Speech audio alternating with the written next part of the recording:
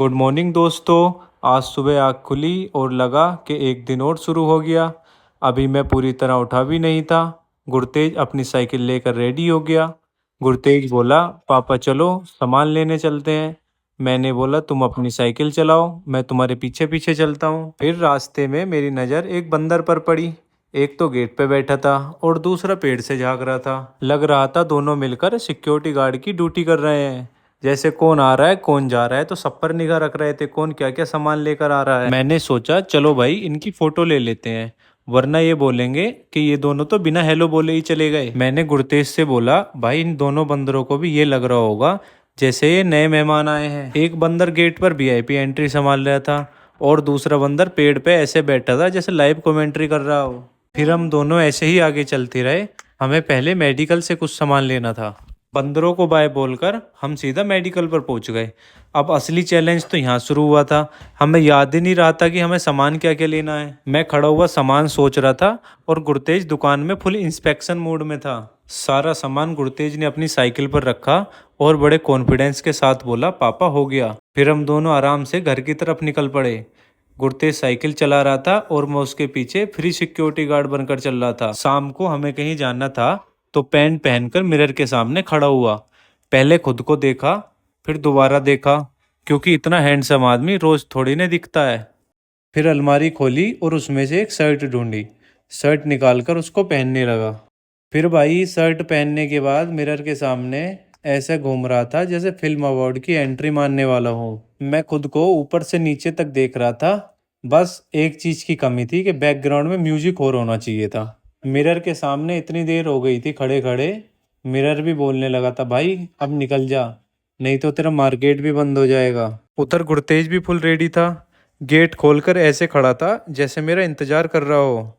उसके चेहरे की एक्साइटमेंट देखकर लग रहा था मार्केट नहीं किसी पिकनिक पे जाने की तैयारी है।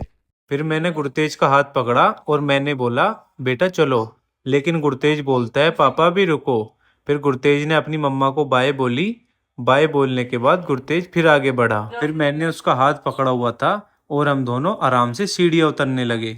मैं धीरे धीरे चल रहा था और गुरतेज बोल रहा था, पापा जल्दी चलो। सीढ़ियाँ उतरते उतरते लग रहा था गुरतेज के पैरों में कोई टर्बो इंजन लगा पड़ा है और मेरी बैटरी लो हो पड़ी थी।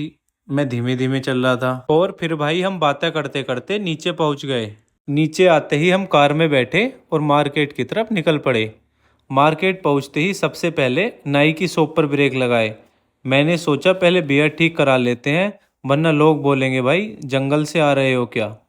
शॉप पे पहुंचने के बाद सीधा चेयर पे जाके बैठ गए और पीछे गुरतेज भी एक बच्चे के साथ बैठ के मस्ती करने लगा। चेयर पे बैठ के मैंने भैया से बोला कि भैया ऐसा लुक देना कि बियर्ड अच्छी लगे। मेरी बियर्ड कट हो गई थी और गुरतेज अपने हेयर कट कराने के चक्कर में था।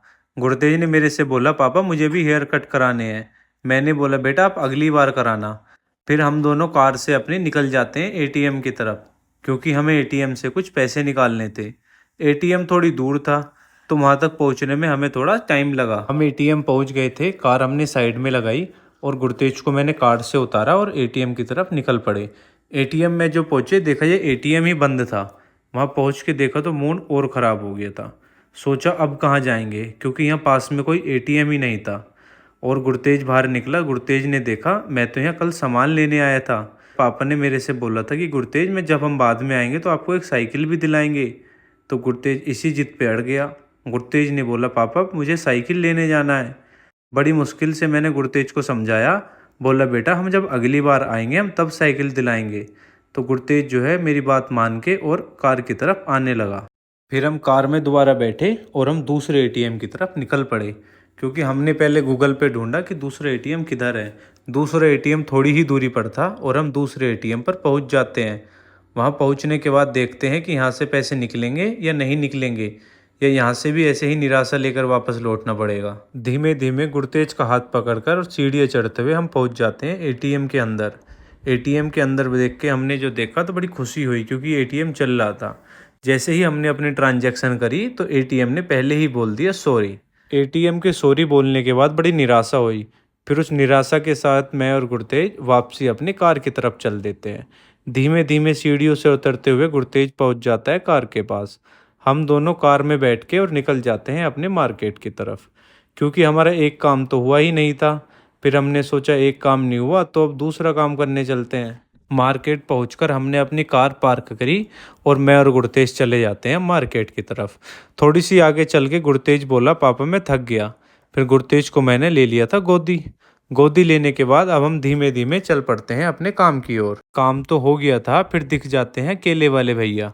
केले तो गुरतेज के फेवरेट हैं, बिना केले लिए हम कैसे जा सकते थे। सारा काम कंप्लीट करके हम पहुंच जाते हैं कार के पास। कार में बैठने के बाद फिर गुरतेज का वही काम शुरू हो जाता है पुराना वाला।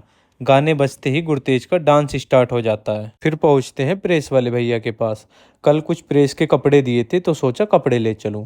भैया के पास पहुंचा, भैया ने बोला आप बाद में आना, अभी आपके कपड़े हुए नहीं हैं। फिर रास्ते में घर जाते हुए हमें एक रेस्टोरेंट पड़ता है। फिर हमने सोचा कुछ खाने के लिए ले लेते हैं। कुछ खाने का लेने के बाद हम दोबारा निकल पड़ते हैं अपने घर की तरफ। और रास्ते में जाते हुए मेरा और गुरतेज का आपस में डिस्कस हो रहा था। गुरतेज ने का डिसीजन कुछ और था खाने का लेने के लिए और मेरा कुछ और था। तो हम दोनों ने जो है आपस में कस करके कंप्रोमाइज़ कर लिया। गुरतेज बार बार पूछ रहा था पापा घर कब आएगा। फाइनली हम घर पहुंच गए। सबसे पहले सामान अंदर रखा, क्योंकि पेट को खाने का और घर को सामान का इंतजार था। तो भाई घर पहुंच के खाना खाया। खाना खाने के बाद फिर याद आया कि प्रेस के कपड़े लेने भी जाना है। आराम करने का प्लान कैंसिल हो गया और मैं फिर तुरंत बाहर निकल पड़ा। वैसे भी मेरे ऑफिस वाले कपड़े सारे प्रेस वाले भैया के पास ही थे और कल सुबह जल्दी ऑफिस के लिए निकलना था, इसलिए कपड़े बैग में पैक भी करने ज़रूरी थे। मैं सोच रहा था अगर आज कपड़े नहीं मिले ना तो फिर कल ऑफिस ब्लैंकेट पहन कर जाना पड़ेगा। इसलिए 9:30 बजते ही मैं रॉकेट की स्पीड से प्रेस वाले भैया की दुकान पर पहुंच जाता हूँ। मिशन सिर्फ एक था, कपड़े लेकर आओ और आराम से बैग पैक करो। बस भाई इसी के साथ आज का ब्लॉग यहीं ख़त्म होता है। अगर वीडियो अच्छी लगी हो तो लाइक शेयर एंड सब्सक्राइब जरूर करना। कल मिलते हैं एक और नए ब्लॉग में, तब तक के लिए टाटा बाय बाय।